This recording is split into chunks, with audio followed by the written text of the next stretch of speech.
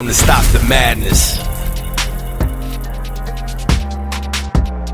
What's up, everybody? This is your boy Isaac Cotto, and welcome to Stop the Madness. Today we're talking about a hot topic, a topic that you may have heard in the internet, YouTube, immigration. It's going to be a hot topic for the political campaigns that are really going to take off in the next few months. But recently we reacted to a video regarding my girl, she's Puerto Rican, AOC, with a crazy ass plan that she had for documenting all illegal immigrants. You have an undocumented population. Now you can fix that by trying to build a wall, or you can fix that by trying to document people. They're very or undocumented immigrants, and give them a path to citizenship. So I made a reaction video to that. It got a lot of traction, and I think the system is completely broken. I think there's no doubt about it, but a lot of people don't know. I practiced immigration law for the first 8 years of my 12-year career. And I've seen it all. I've seen those who entered legally, applied, and was able to get residency, and also, go on to get citizenship. I've had asylum clients. I've had thousands of asylum clients. And yes, there is a legal loophole when you apply for asylum. Now, out of those asylum claims, I've had many valid asylum claims. I've had many claims that were actually where the person actually won their claims. Here in Atlanta, Georgia, is notorious to be very difficult to win asylum here in Georgia. But I've seen it all. And I will tell you, the system is broken. And I see a lot of this rhetoric where it's like, you know what? Send them all back. Officer Tatum loves to say, send them all back. They're here legally and they're going to vote. And that's why the Democrats want them here. Well, first off, let me be crystal clear. If you come here undocumented, you cross the border, you're not going to be able to vote, because guess what? You're not going to be able to get citizenship. It will be nearly impossible for that individual to get U.S. citizenship. So that whole voting argument, like that's why they're letting them in, that's not the reality of the situation. Okay. But there's two issues. I think a lot of people are looking at the news and you see the recent arrivals, the southern border, the southern border, close the southern border. We need border control. We need a secure border. But there's also the other issue of the 12 million undocumented individuals and families that have been living here in the United States, and many times for years. We're talking 20 years, 25 years. What do you do with that group? So group A, you have your 12 million that are here, and then group B is your recent arrivals. And I think there are two different problems that have two different solutions. And your boy, I got the solution. So hear me out. Let's talk about our 12 million undocumented individuals that are here in the country.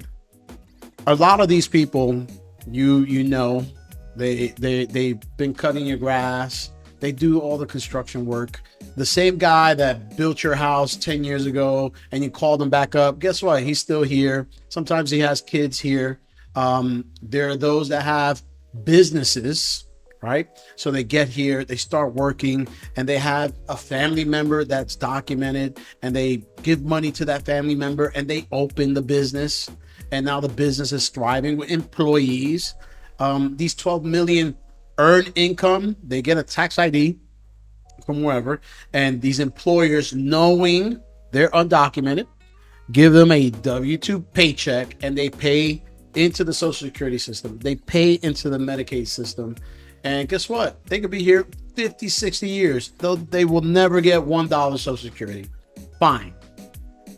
What do you do with those people? The whole concept of get them all out is just not realistic. You cannot remove 12 million people, and many of them are integrated into these communities. Okay, again, working for years. They're homeowners. You have those that have businesses that employ U.S. citizens, and a lot of time, I know thousands of undocumented individuals that work way harder, that have a way stronger entrepreneurial spirit than a lot of lazy ass US born Americans. I've seen it with my own eyes.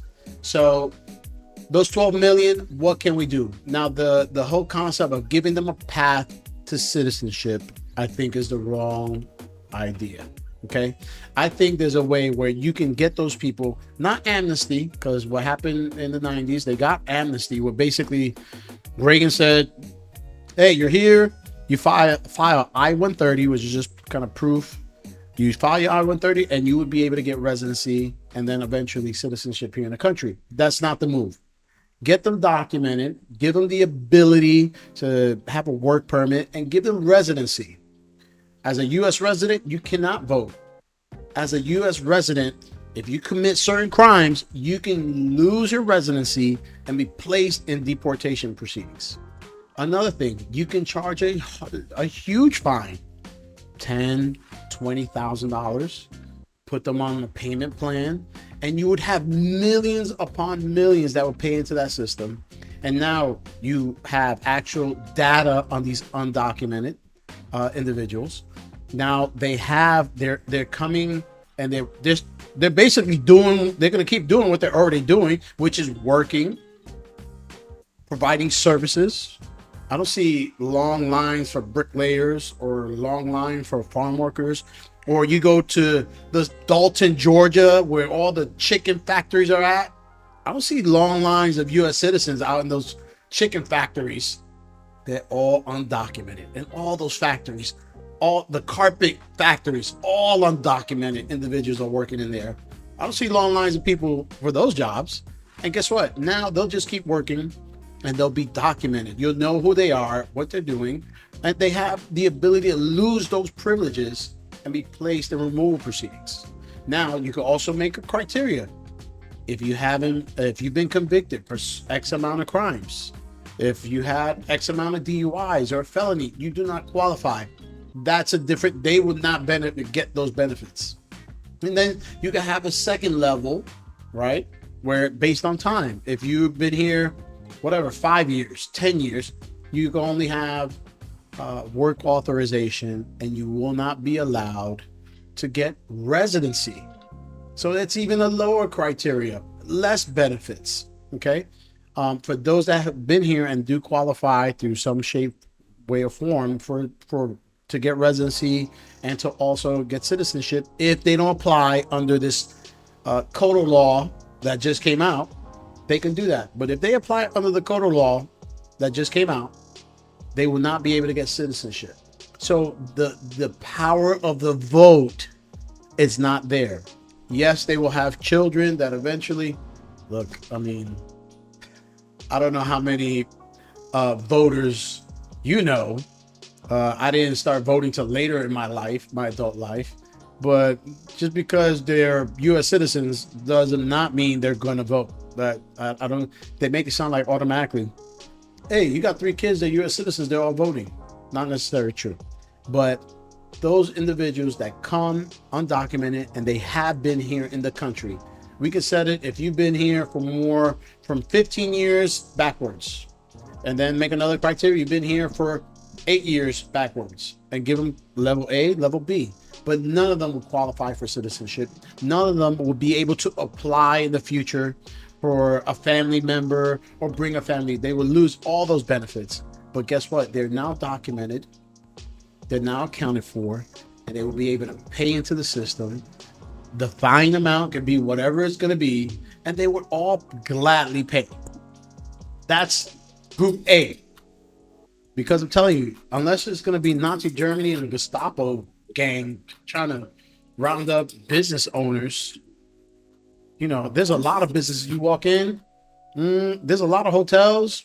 All the people that clean the hotels are undocumented individuals. I mean, you would cause massive chaos just to say like, oh, you're illegal, get out of here. You avoid all that issue, they're documented. Now, group B is the recent arrivals. That's a whole different animal. That's a whole different situation, right? The last 4 or 5 years has been this flood at the border. That's a whole different scenario. And clearly the administration has welcomed it and they've added to the problem. Now you can make very strict guidelines for asylum. That is the only thing anybody can do when they have an encounter with immigration is to claim asylum. And let's be very clear. Just because you claim asylum, just because you submit an asylum application does not mean you're going to win on the merits of your application case. Totally two different things. But guess what? A lot of times when you apply for asylum, there's a major benefit with that application. Within 6 months, you can get work authorization. You can get a work permit. And guess what? Your asylum case will be in the system for 5, 6, 7, 8 years. And in that time frame, a lot of these people, I had clients that opened a small taco stand and now has like 7 of them, and he's making amazing money and changed the life of his family members, and that happens all the time. And guess what? He knows that one day his case will come up and he's going to lose his work permit because his case did not get approved. And by that time, he's already coordinated the transition of the businesses to someone else, and that business is going to keep going, right? So yes, there is a loophole. People apply for asylum just for that benefit. They get a driver's license and they get a work permit. So what you do, you eliminate those benefits. Eliminate those benefits, okay? And open now the narrow window for who qualifies for asylum. So right now it's 5 categories. You get asylum based on race, religion, nationality, political opinion, and a particular social group. I was a gay soldier in the military, and then they started arresting all the gay soldiers in the military, or they started torturing all the gay soldiers in the military. That's a particular social group that may qualify for asylum. Very difficult. A lot of these people that are coming and really fleeing violence, you have a lot of people that at the end of the day, there are gangs that are not government sponsored, that are kidnapping, killing, they're extorting these people. If they don't pay, they're going to be killed. Okay, that's a reality. Ask Nicaragua, Ecuador, El Salvador was huge on that. Mexico, it happens all the time. I remember I had a client, she was a lady, she's all of 5 foot, and she had a 3-year-old boy. She hopped on a train by herself. She crossed the river, and the boy's arm, because the dad would abuse her and the child, he threw boiling water on the child and burned his arm, and it attached to the side of his body, and the kid's whole side was burnt. And we were able to get her to see a Cedars-Sinai hospital in Cincinnati, and they did a surgery to give the kid some kind of mobility on his arm. But guess what? She wouldn't qualify, or it's rare. There are some districts, some judges that would allow that, but it's very difficult. Less than 1% of those cases where they qualify for asylum. And that's a legitimate claim. That's someone that should get asylum. If they're going to kill you because you're not paying extortion, that's a legitimate claim. They should open up the criteria for asylum and have now immigration officers that do know the criteria and do look for those type of cases, and let those people come that do need help, that they're not criminals, and give them the opportunity. Not everyone is going to be qualified because of race. I mean, right now, there's nothing that pops in my mind regarding race. Religion, okay, you have some countries that are super Muslim countries, and if you're a Christian, you have to fear for your life. Cool. Nationality, change of government. I mean, some African countries that are going through civil war, that could be it. Political opinion, also warring countries, that happens.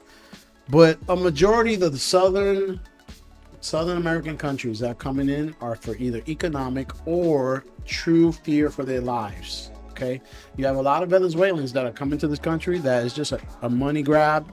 They want to do better, and I understand. If I was in that situation, I would make the same move. But those are the ones you want to apply for asylum. Great. You will not get any of those benefits. You won't get any of the benefits.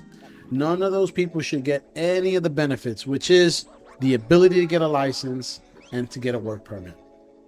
And guess what? You do hire more judges to process these cases. You do hire more ICE officers. And most importantly, yes, secure the border. If we had to use the military, we secure the border and make specific ports of entry and have intake centers. And if they don't cut the mustard, then they don't cut the mustard. That's it. I think that's the best, that's the easiest solution. I hear people complaining all the time, but I never hear a damn solution offered. So there it is. That's the Cotto solution, the Cotto plan, how we fix the immigration problem. If you don't like it, let me know. Give me your plan. Don't just cry, oh, they all should get out, because I know those comments are coming. But give me the plan. How do you fix the problem? You cannot remove 12 million people. So let's just start with that fact. Comment, let me know, and of course, like and subscribe if you're not a member, and I'll see you soon. Peace. Thank you for watching. If you like this video, like and subscribe to the channel. Click right here. If you want to watch more videos similar to this, click here.